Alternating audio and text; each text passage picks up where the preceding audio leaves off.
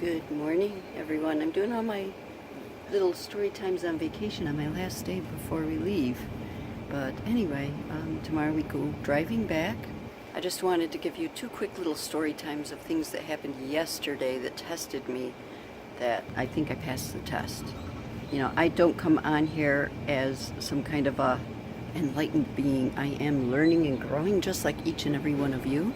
And there are signs that what you are doing is working, and I think yesterday was one of those signs, one of those days.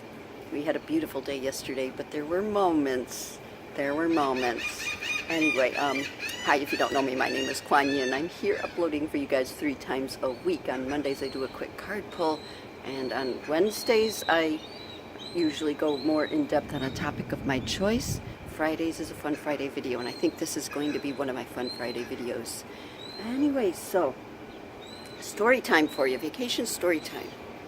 And yesterday, 2 things happened that really tried my patience. And I kept it cool and I kept the emotions in check. So let's get into it. So I do most of my filming on my phone, especially now that I'm on vacation and the phone is all I have. So my memory on the phone isn't the greatest.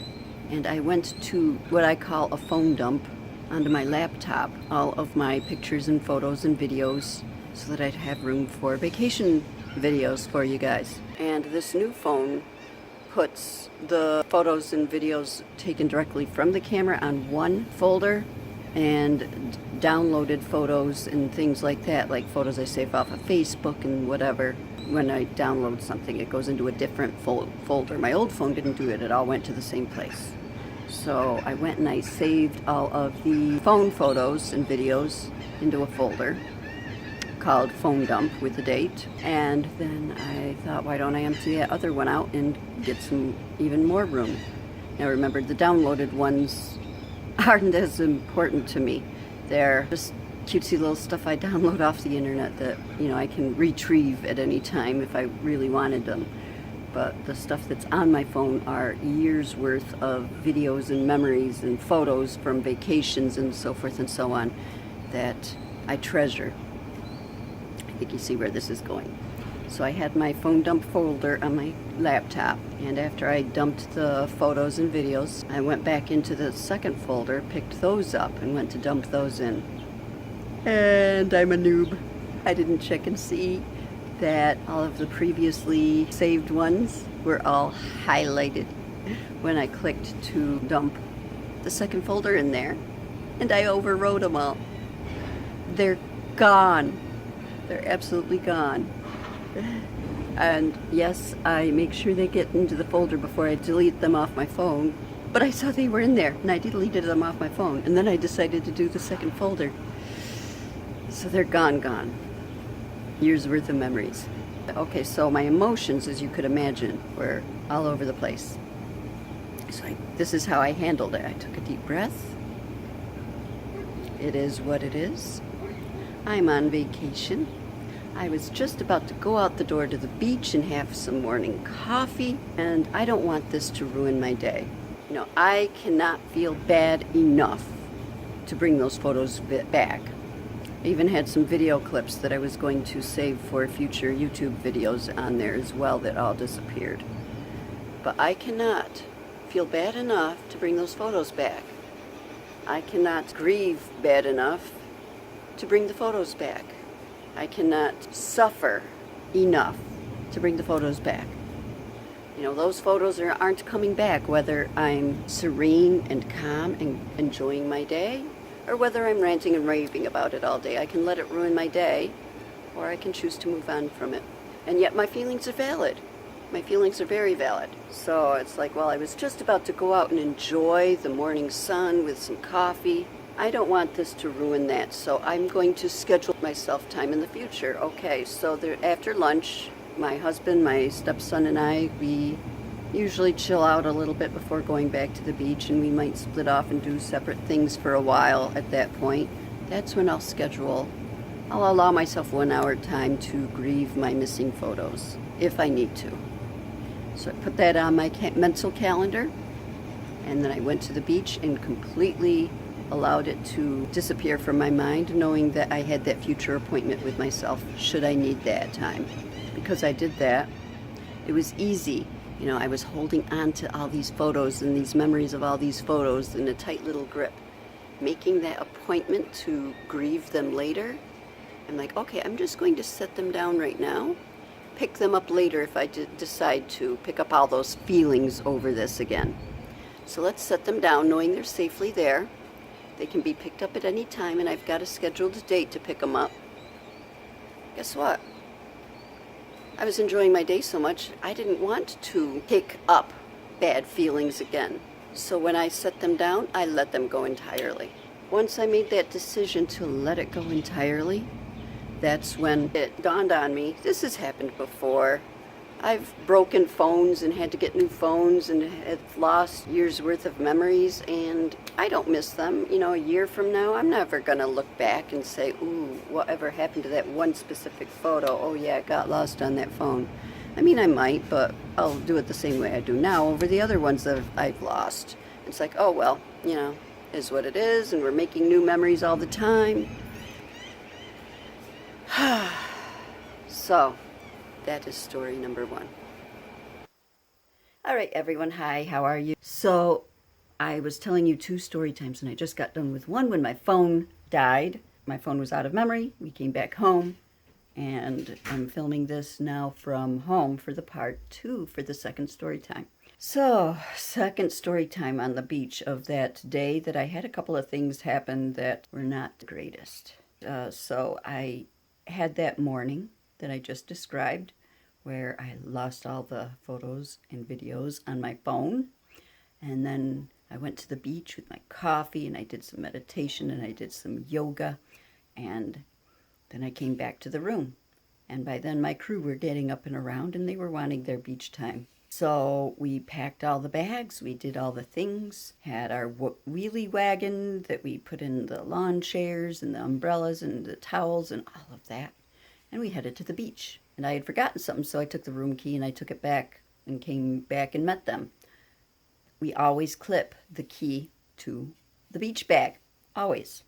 And I'm kind of paranoid about losing keys, so that's something that's usually heavy on my mind, to clip those keys right to the beach bag. And it had the car key and the room key.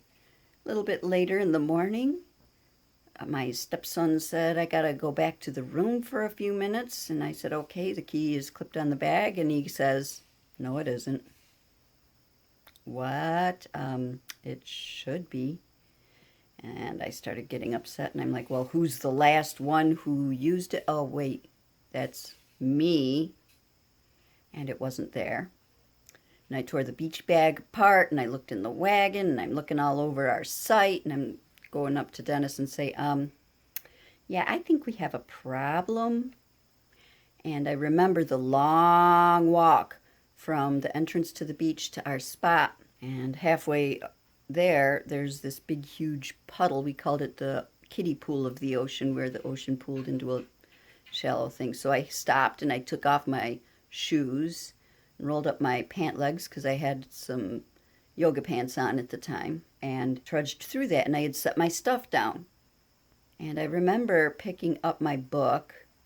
I don't remember picking up the keys. And I'm like, did I leave them somewhere on that long track going from the entrance to the beach to our spot?